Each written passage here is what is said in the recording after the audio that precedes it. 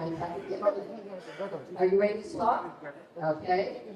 I don't know if they can see there. The young people see it.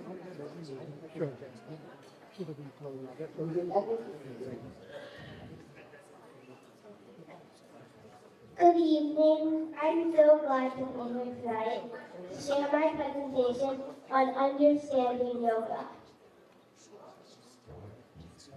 My agenda for this evening is to begin with an introduction, then cover the history of yoga, benefits of yoga, yoga in schools, and last but not least, some concluding remarks. In yoga, there is a pose for everything in the world, whether it's an animal, a tree, or an airplane. We can do it with our bodies. Ancient yogis imitated the movement of the animals, the trees, the mountains, and even the stars, and created a wonderful technique that became yoga. Yoga is a way to exercise our bodies, our breath, and our minds all at the same time. History of yoga.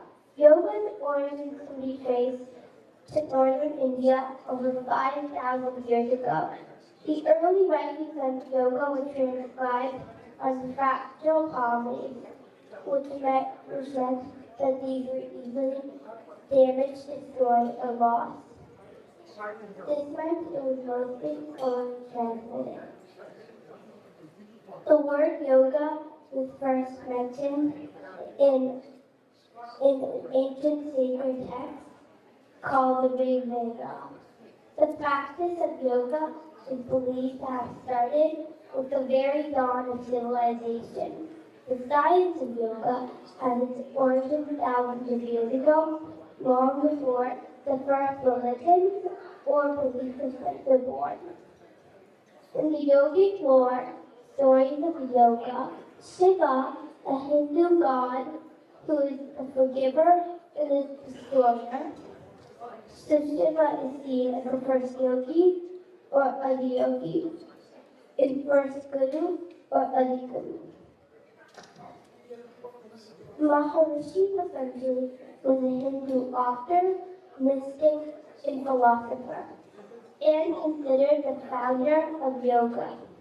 He may have lived between 2nd century BCE and the 4th century CE.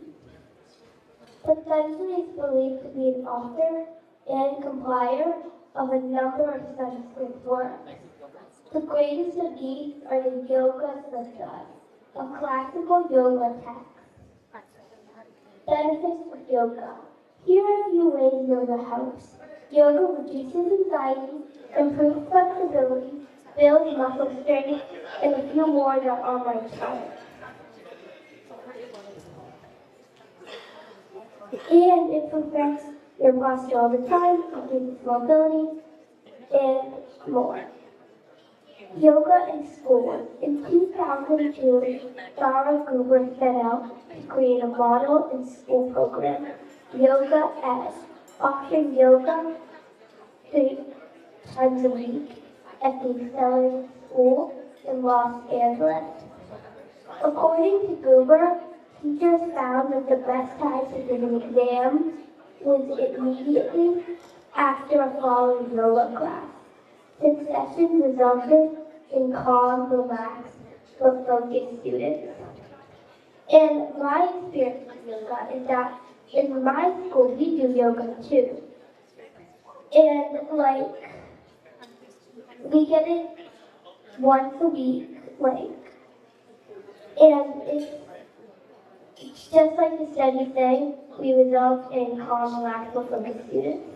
Also, the practice of yoga has been integrated into physical education and after-school programs, during periods and even across the curriculum in science, mathematics, and social studies lessons in countless public and private schools across the country. Along the way, despite the improved physical and emotional well-being of the practice and its popularity, mainstream acceptance, many parents and religious leaders and was just with yoga education in school.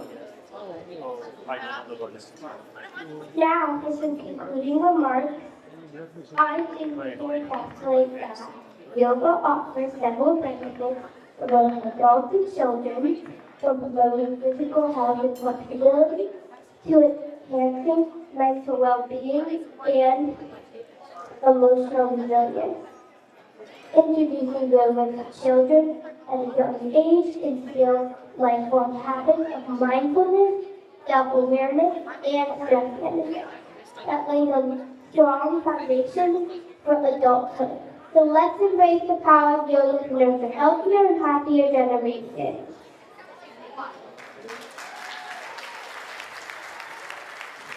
Thank you, Shyla. So Shyla used to be the daughter of Zutshi, who is co-founder of AICF and son of Jivan Zutshi. Now you have somebody else to introduce, don't you? Before I leave, I have the pleasure of introducing the next item on today's program, our panel entitled Breathing Life into Education, which is a perfect segue for my presentation as it will discuss how we can improve our educational system through programs that incorporate wellness techniques such as yoga and meditation. The panel tonight will be moderated by Anjali, who is an attorney at the Department of Energy, National Nuclear Security Administration, advising clients on national security and intelligence matters related to nuclear weapons. He graduated from the School of Foreign Service at Georgetown University and also completed a dual degree program at American University, where she earned her law and master's degrees in national security. She has received numerous awards and recognition for her work in the field of nuclear security, including the Secretary's Achievement Award, the highest recognition bestowed upon an employee in the department over 2019 and in 2023. If that's not enough, she also happens to be my mom, probably her most impressive achievement. So, without further ado, I'd like to turn it over to my mom. And before Shyla leaves the stage, let's wish her happy birthday. She's turned 9 years old today, didn't you? Thank you, Shyla. Good evening. I'm delighted to be here tonight to serve as moderator for our panel this evening entitled Breathing Life into Education. I want to start out by introducing our panel of very accomplished participants. First, we have Mr. William Herman. He is the International Director of the Sky School Program, which is a program of the International Association of Human Values and has been training teachers and youth in the USA and internationally for over 20 years to manage mind, emotions, and stress. He received his BFA and his MFA at the School of the Art Institute of Chicago. He became a meditation teacher in 1972 and taught high school photography and art in the Chicago area high school from 1975 through 1997. In 2008, he founded and began training teachers in Sky Schools. Since 2008, Yes for Schools has been taught in the Western Hemisphere to over 200,000 students and their teachers, including in South America, the Caribbean, Canada, Mexico, Ecuador, Argentina, Brazil, Chile, Colombia, and is expected to spread to many other countries in Europe and the Middle East. Next, we have Dr. Nilima Sabharwal. Dr. Sabharwal has distinguished herself through her accomplishments in the medical field, as well as through her humanitarian outreach efforts. She practiced pathology at Kaiser Santa Teresa from 1991 until her retirement in 2014. In 1999, Dr. Sabharwal founded Home of Hope, a U.S.-based nonprofit charitable organization with one remarkable goal: to empower the disadvantaged child to become a self-sustaining citizen of tomorrow. HOH implements programs focusing on empowerment through education, vocational training, and English language skills. HOH began as a simple grassroots movement to help a struggling orphanage in Chennai. Since its inception in 1999, it has implemented over 20 programs throughout India and has touched the lives of over 50,000 children. Dr. Sabharwal has received numerous recognitions and accolades, such as the Sidney Berkfield Award for Outstanding Humanitarian Services from Kaiser Glory of India Award from India International Friendship Society, and the KQED Bay Area Hero, amongst several others. Next, we have Eileen McDonald. She served for 13 years on the Newark Unified School Board and is in her 20th year on the Alameda County Board of Education, where the responsibilities center around the youth and the juvenile justice cycle. Specifically, the Alameda County Board of Education oversees students in juvenile detention, community day schools, and placement for pregnant girls. This is where Eileen's heart lies, for the unrepresented youth who struggle. Toward this end, she provides handmade mat blankets to low-income children and backpacks with school supplies to children transitioning from juvenile camp back to the real world. Next, we have Kasturi Basu. She is a student-centered principal at Alum Rock School District with a passion and focus for equitable access, opportunities, and outcomes for all students. She's currently enrolled in a doctoral program at Santa Clara University on social justice leadership and education, and serves as a planning committee member in the Asian American Pacific Islander Educators Network at Santa Clara County Office of Education.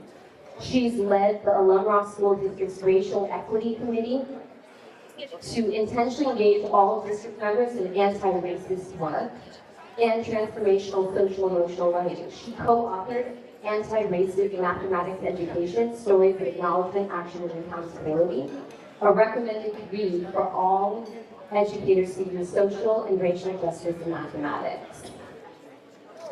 Kasturi is also a founder of Alum Dance Academy in the Bay Area and is currently offering a cookbook to promote healthy eating for working professionals and working parents. Next, we also have Mr. Vivek Prasad. He has worked in the semiconductor industry for over 30 years, during which he has worked with and influenced the top 100 semiconductor companies globally. Recently, he joined Intel Corporation as a VP and GM in the Intel Validation and Engineering Organization. His leadership roles enabled him to influence workforce development for his industry. Almost 2 decades ago, he recognized the need to influence K-12 education in order to have the right talent pool available for the technology. He has spent 7 years on the NPFSA executive board, serving as NPFSA president for 4 years, during which he played a significant role in negotiating local bond funding and fundraising initiatives that brought in about $175,000 to $1 million. In 2020, he was encouraged by a grassroots team of parents and community members to return and once again help with the K-12 education in Fremont. He is currently a publicly elected member of the Fremont School Board and is passionately driving improvements in students' experiences and outcomes in terms of the curriculum, the school environment, and special needs offerings. His approach of treating students and parents as customers has been resonating with the entire community in creating the right results in terms of students' mental health, higher than projected enrollment, and overall sense of well-being.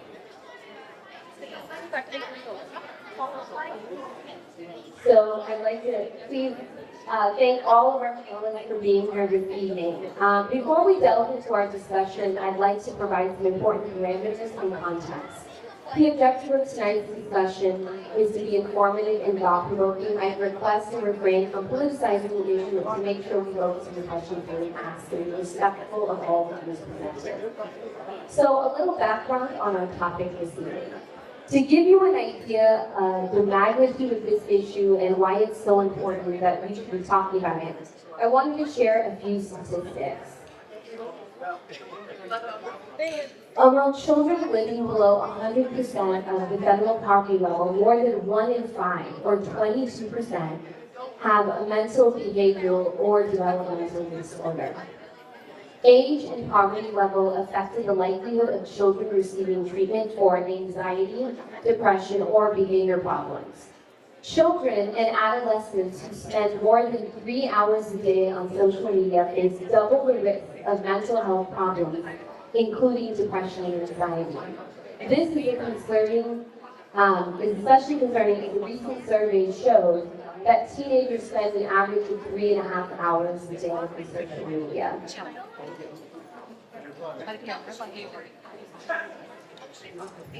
And finally, suicide is the second leading cause of death among children between 10 to 29 years old.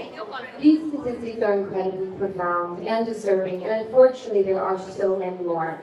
But what it tells us is that our country is in crisis, and it's an issue that we all need to be thinking about. And so with that, I'd like to begin our questions.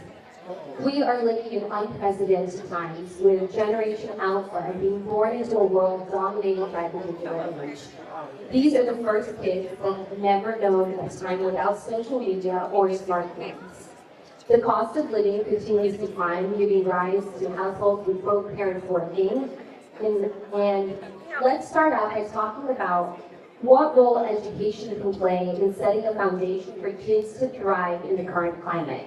Specifically, how can we redefine the purpose of education in the 21st century to better prepare students for the challenges that they will face in their life?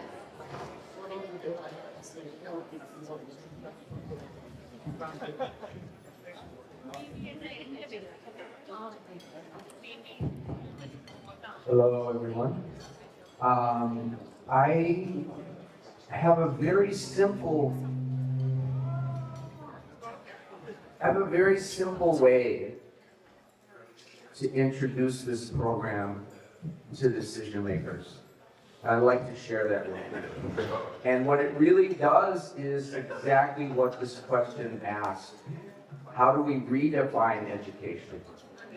So I would pull out a pencil or a pen and I'd say, can you hear me okay? Yes? No? Uh-oh. Some can and some can't.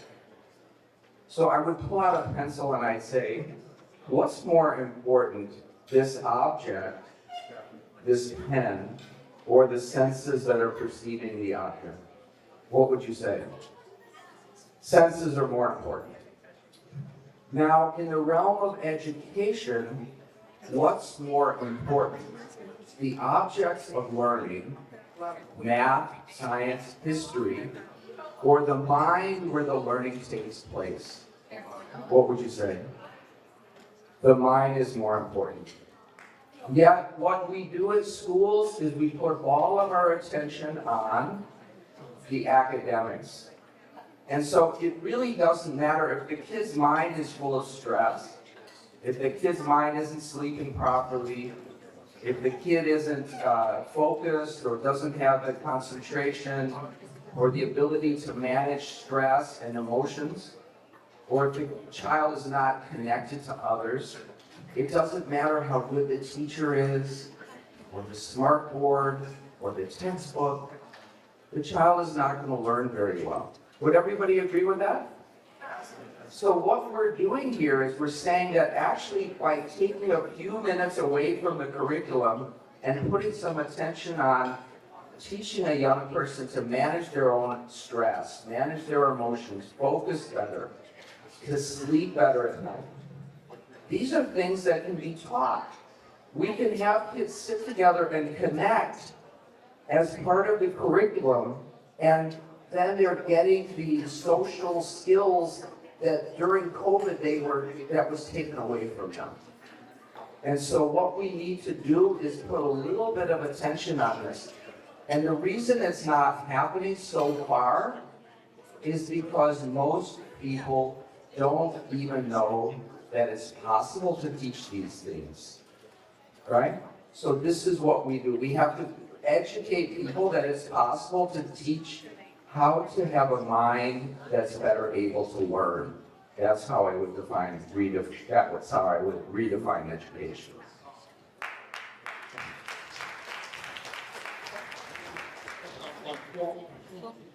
So, your typical job is to what I do, I work in a one school district in San Jose, where we serve a very low socioeconomic and underserved population. Our students usually come with not only they're struggling with poverty, but there are so many innumerable marginalization that they have to struggle through in their daily life.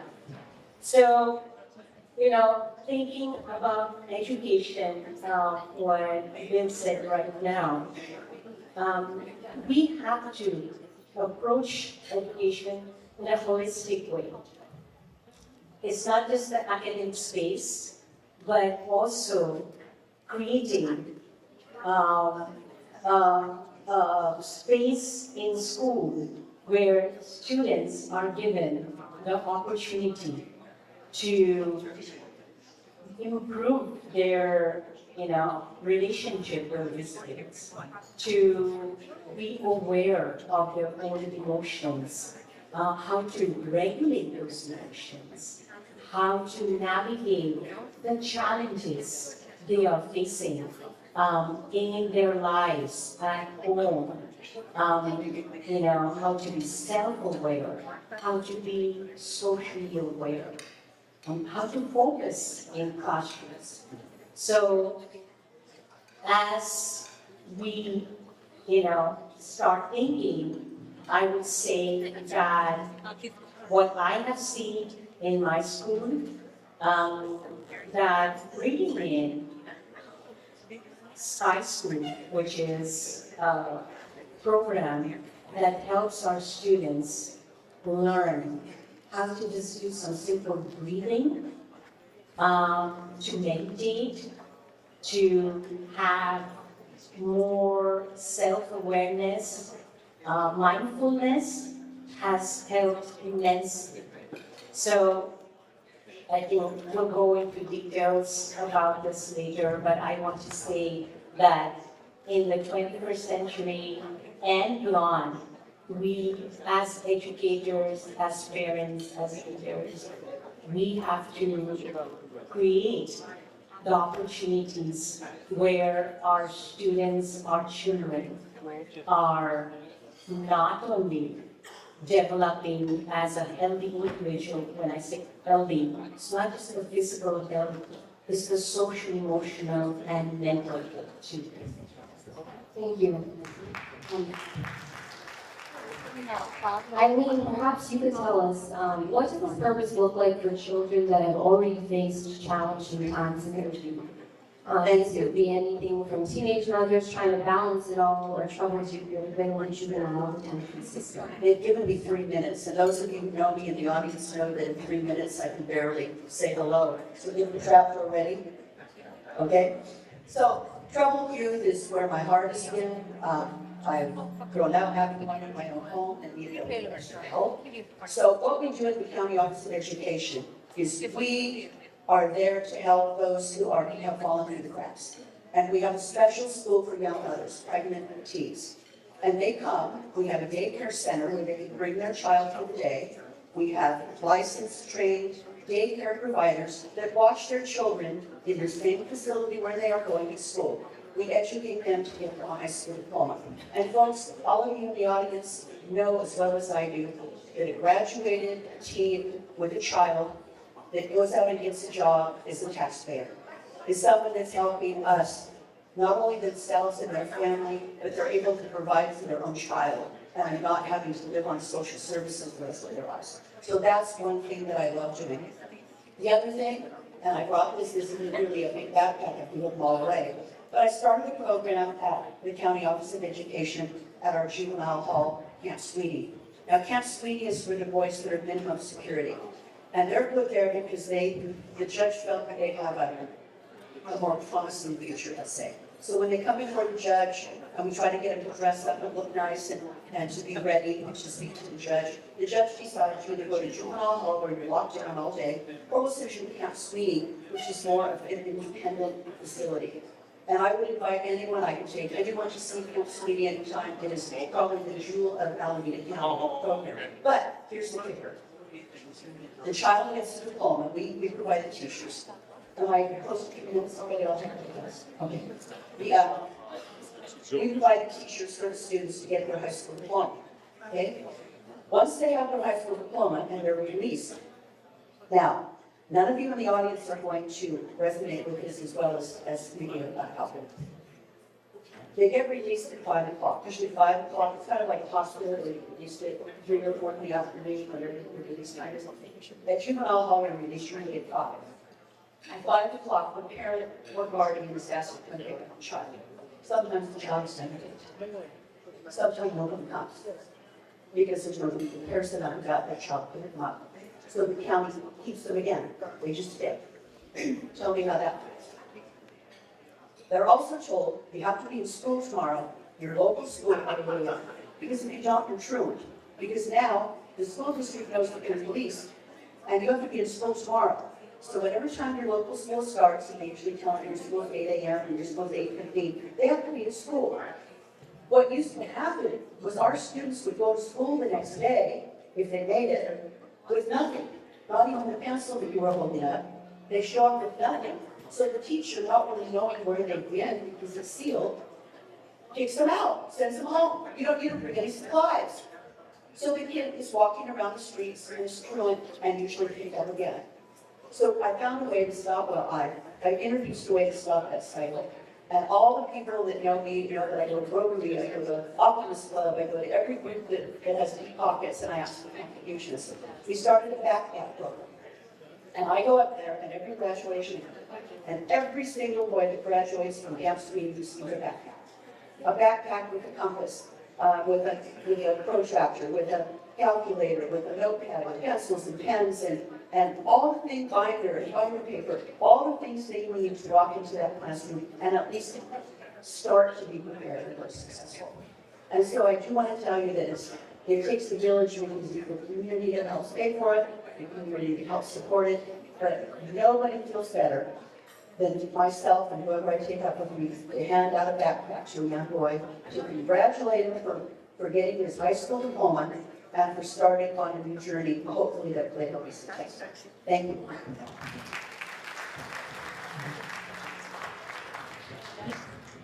So traditionally, when we think of education, we think of sort of conventional academic subjects aimed at expanding the mind. But what need do you see for spiritual education expanding the spirit?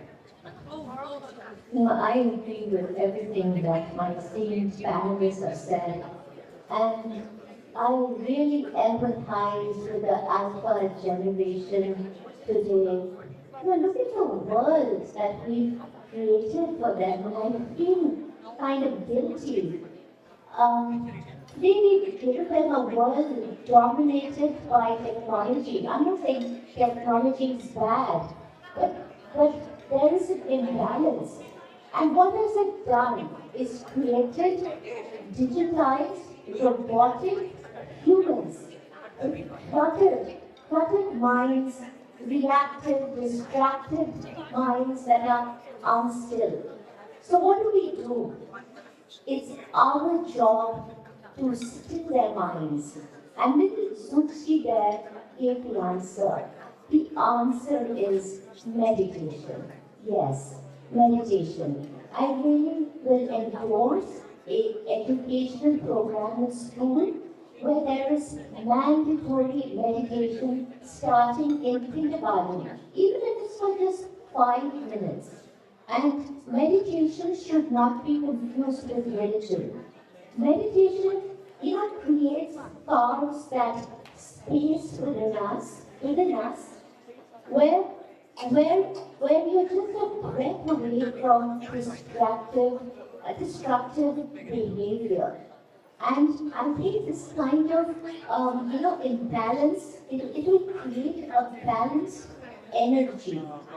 And in my experience with HOH of 25 years, in 2009, we started a youth chapter. The one mission was to ignite compassion. And compassion is also a state grounded energy. And I'm very proud to say that the children that have graduated from our youth chapter program today are very productive citizens who are giving back to society. And also, my grandchildren are meditating 5 minutes every night, and I see the transformation. So a simple program of just meditating 5 minutes, I think can create a transformation in this generation that we feel it, and we need to still their minds. That's it, to still their minds.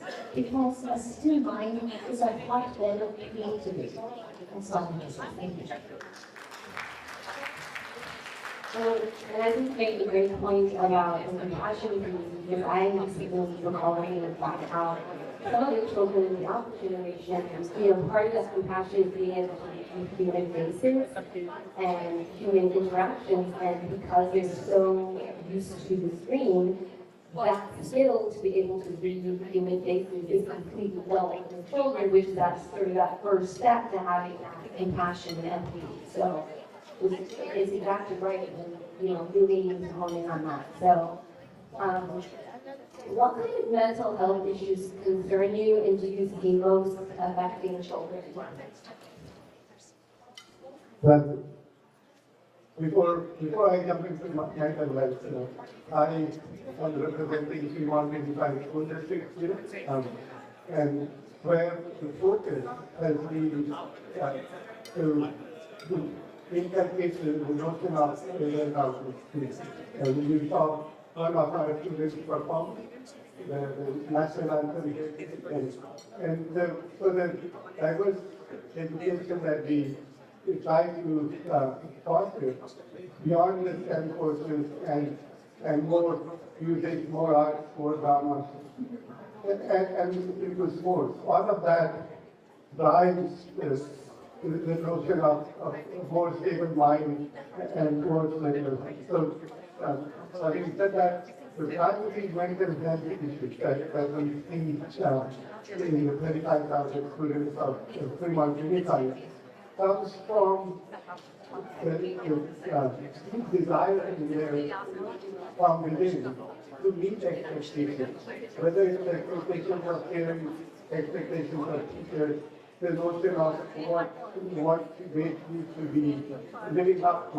All of those create and create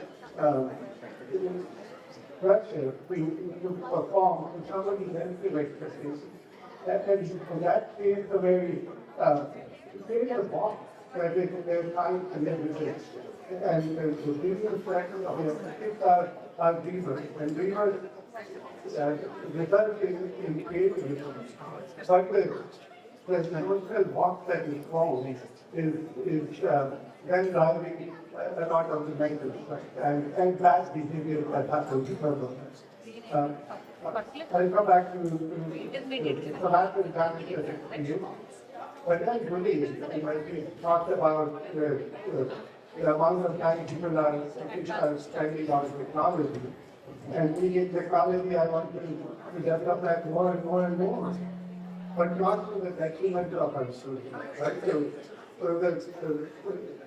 the online presence of our students is also giving rise to cyberbullying, which goes unchecked. And we have students where the students are very engaged and they can pick up on outside, but for most cases, they are in a cocoon at home, locked away in the room with technology.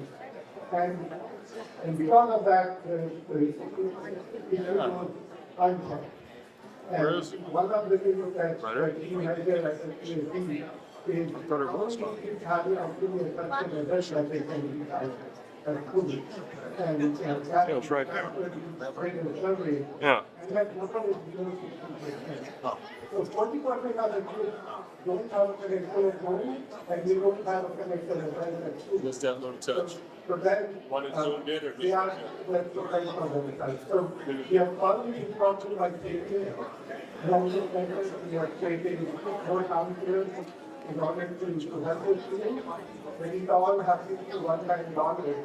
and McDonald something again, so we want to get more community partners to create the ideas so that it actually be developed.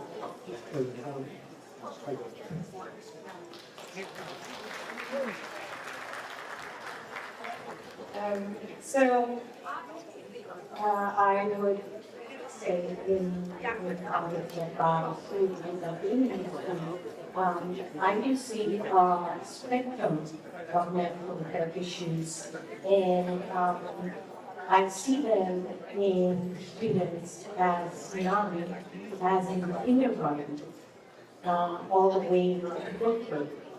And mostly these children are facing a lot of hardship, a lot of in terms of poverty, in terms of marginalization in the communities in their lives.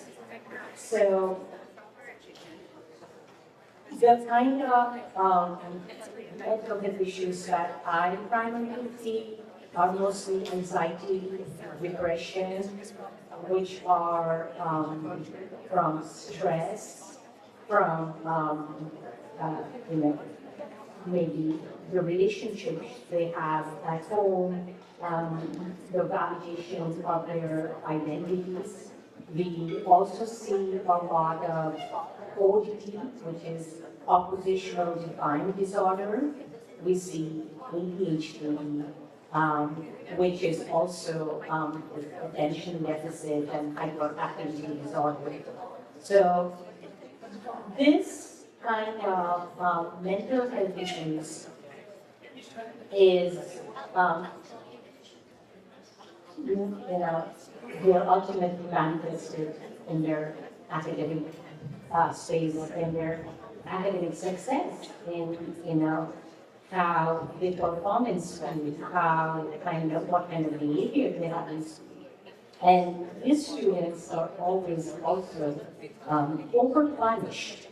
There are a lot of punitive disciplinary practices that are systematically there to make sure our students are showing the right kind of behavior. However, what are we doing as educators, as adults in their space, to provide them with the tools, the strategies to work with this kind of the behavior and mental health support. I know we talked about having a lot more counselors in our school, and I'm very proud that my school has incorporated the Trustee program, one of the few schools in Alum, and I have seen how that has helped my students, and also in my practices when I am doing a conflict resolution, when I'm doing restorative justice, we talk about breathing, we talk about sky breathing, and we go back to self-regulation, go back to calm ourselves, control our emotions, and behave appropriately. So I think that's a great transition to talk more about how can we integrate the social and emotional learning to support their overall well-being and academic success. So social emotional learning starts first with training our educators to get into the social and emotional learning curriculum. So there are several things that are incorporated as part of curriculum today already. But after the professional development, we try to promote the non-study courses, right? So there's enough pressure on taking APs and OAPs and trying to get ready for fun. But many students, they don't even know what pathway they are going to take. Whether it is a college-bound pathway or vocational-bound pathway. So there are these notional success that is defined for students, and no matter what pathway they take, we have to ensure that they are able to be successful in whatever they do. So towards that, one thing that we are doing is that personally, I remind students that when you graduate and when you come into the work life, we hire a lot of interns, we hire a lot of French grads. So when they come to us, they have the basic knowledge of the basic aptitude. So we are hiring for attitude, more than the aptitude at that point in time.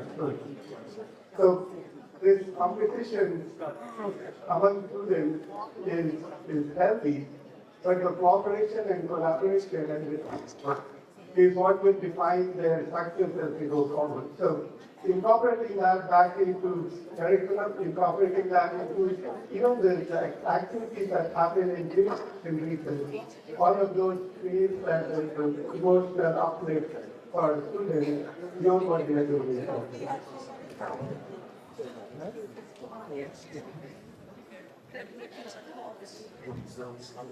I'm back, and I'm going to tell a story. It's not about and I was going to stand and bounce it. This is my story.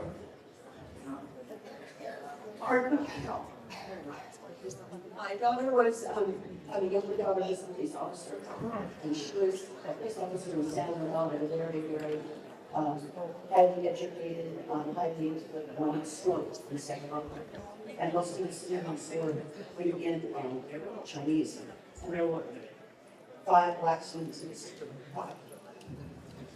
The first day, my daughter's Caucasian, she's married to her, so she has a baby for that already. So the first day my daughter got to school as in her uniform as a police officer, and she decided instead of wearing a full uniform and walking around with a gun, she rode a bicycle around the campus with a belt and a t-shirt. She said, they're all going to know me as Officer Katie and not as a threat. So she rode around the campus, the principal called her over and she says, it's the 3rd day of school. Can you all hear me? Yeah. She says, it's the 3rd day of school and you haven't written up any of the black kids. What's wrong? She goes, what do you mean what's wrong?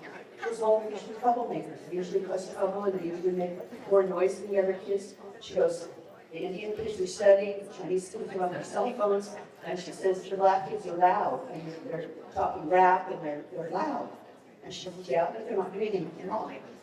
So the second day, they approached her again and said, you still haven't written up any of the black kids. What's going on? Sure, they're doing something wrong. And my daughter said, no, they aren't. So the 3rd day, she walked over to the kids at their table, and there were 5 of them. And she said, can I talk to you guys? What is life being at this school? And they said, everything is like this. We live in an apartment house in a rich area, and we're not like it before. And we don't feel it. And she goes, well, I just want you to know that all night long, all the eyes of all the administrators are on you. They're waiting for you to do something wrong. You guys know this stuff up. She goes, my mom was with kids at juvenile hall, and most all of them were African American. So we understand that. She says, what do you guys like to do? And they said, we love to play basketball. She goes, okay, be here tomorrow at noon at lunch. Eat your lunch really fast, and we're going to do something special. So my daughter went to the gym, to the principal, and she said, why is the gym locked at lunchtime? And they go, because nobody goes in there. She goes, good, I have the key. And because she has a teaching credential also and has a police officer, she has the ability to supervise kids. So my daughter walked in here, and she invited with 5 black boys in, brought a basketball, and for the whole lunch period, they played basketball. And they were loud and noisy and playing basketball and having it all. And guess what? The next day, a couple of Chinese kids joined in. 3 days later, a 3 Indian kids joined in. And pretty soon, the bleachers were full of kids watching as 3 different ethnicities joined together for the good of the school, for the good of each other, and they played basketball. And I'm going to tell you, during that whole school year, not one of those white boys was written up, and they formed friendships with the other kids in the school because it was a simple act of putting down the cell phones, putting down the books, and doing something else at lunchtime. doing something physical, doing something active, and getting to know the other cultures at the school. And I just can't stress enough how important it is. Because we're all parents, and we know that when we teach our children to cooperate and love and befriend other cultures, that's where it starts, in home. And when our children do that, I think it just makes for a better society, better school, better future for everyone. So I thank you. That's it.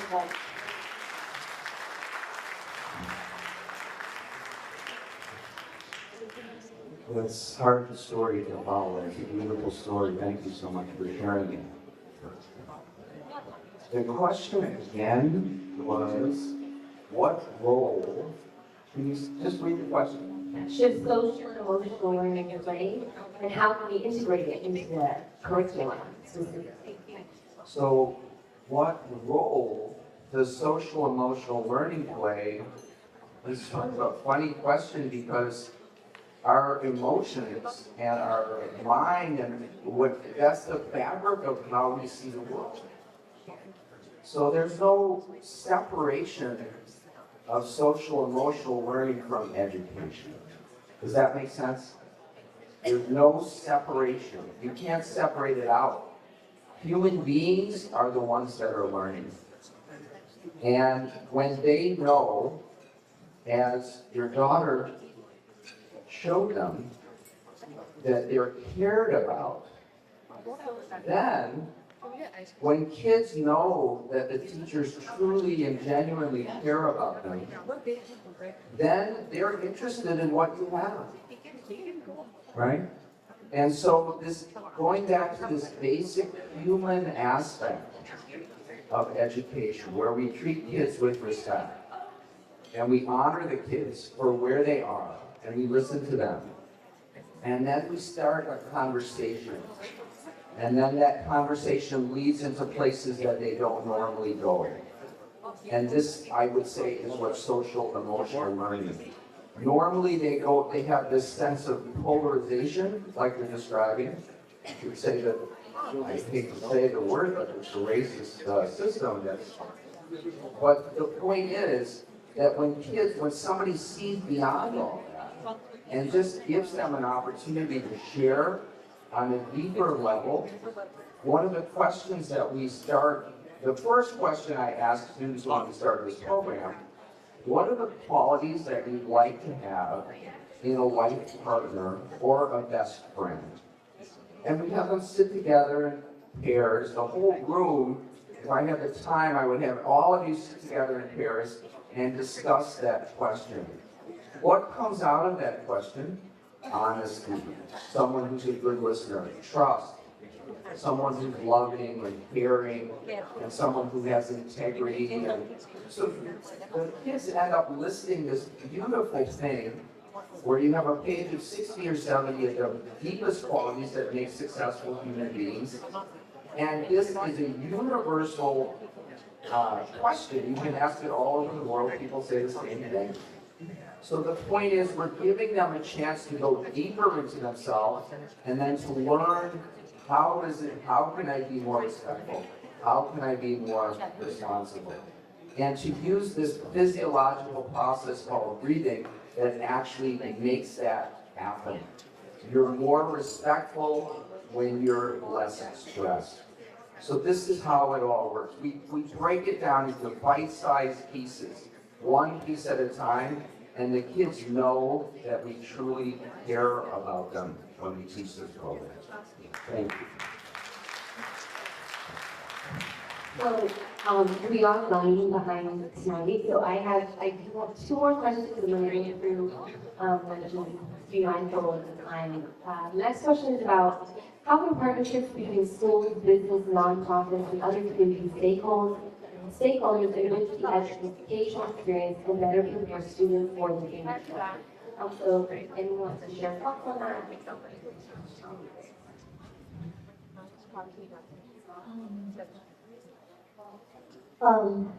Yeah, the question is, I think in HOH, the charity that I founded is called Home of Hope empowers disadvantaged children. And as I mentioned, in 2009, we started a youth chapter igniting. The mission was to ignite compassion in the privileged children of America.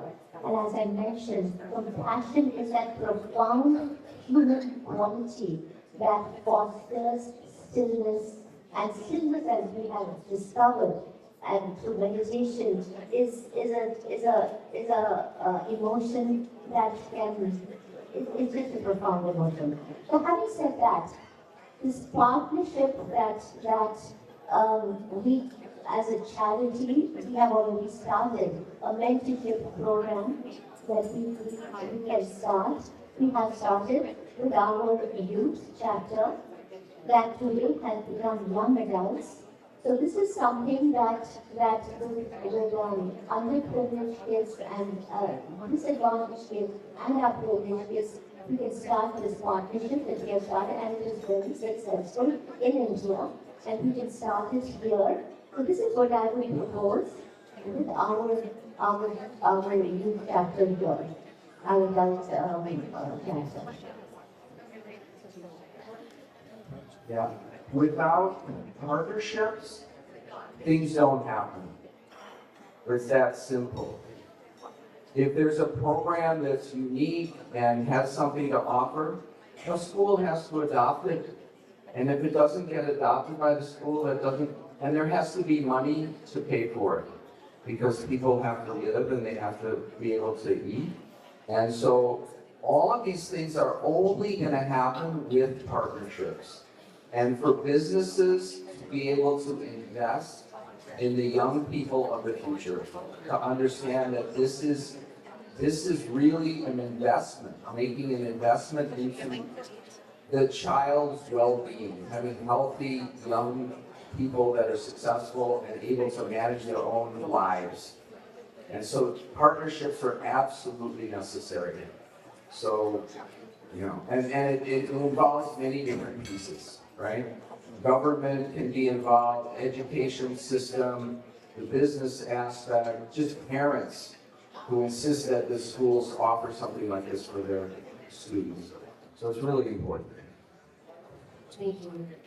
So finally, we've got a lot of parents in the audience, and with everything we discussed, it's only natural to wonder, what should parents do when faced with the challenges of the ever-changing landscape of, raising children in this very technology-centric? And it's so ironic because before I got up here, my 4-year-old negotiated. We have very strict screen times, and I'm painfully aware that my 4-year-old has been watching the screen as I'm up here talking about the screen time. And she asked me if she could watch Minnie Mouse while I was up here so that she didn't make noise. She was very clear. So it's a constant struggle and balance in terms of this very, very addictive technology that we are all trying to battle with.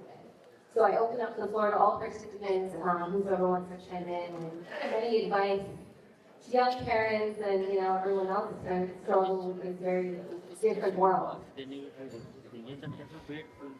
When technology comes with a manual, kids don't. So for parents, that's a challenge. And every time it's an individual, and out of syllabus जाने का क्या so two things I ask parents. One is to be the best advocate for your child. Inherently you are trying to do the best for your kid, but the system needs to adapt to the moving technology, the moving learning environment, and the need to not memorize things, but to learn the how and why behind it. So today's rules and the establishment may not be serving our kids effectively. So in Fremont Unified School District, so one thing that I accomplished is to give us a place for parents to be at the table. Otherwise, parents are always doing the public comment and not being part of the process. So there are enough people here that are in lobbying positions. So please reach out to them, reach out for what is the best for your kid. and then come and guide us on what we need to do more so that they can learn better.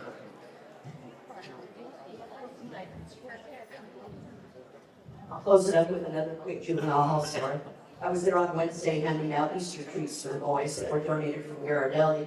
And I always, before I leave, I always ask the boys, since you don't have a mom here, I can be your mom today. What can I do for you? And one of the boys came over and he goes, Miss McDonald, I graduated 3 months ago and they gave me a certificate, but inside, it's nothing, they said, you have to go get your certificate from the juvenile hall office. And he said, nobody will bring it to me. And he said, my mom doesn't answer my calls, she doesn't answer my requests. But I go to court tomorrow, and I'd like to show the judge something other than a blank folder.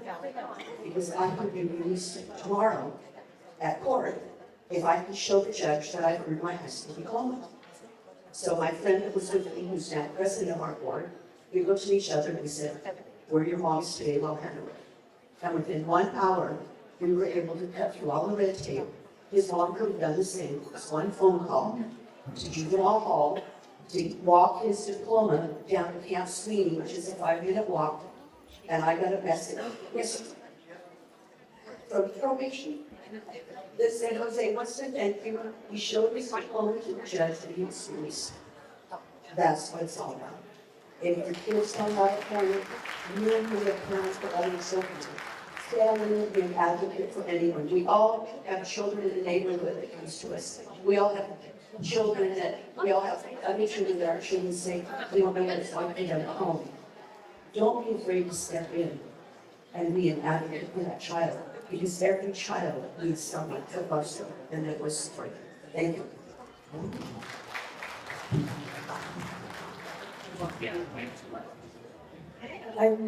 I don't even, think I can say anything better. All I have to say is, as parents, you are the first and foremost educators of your children. Important, very, very important.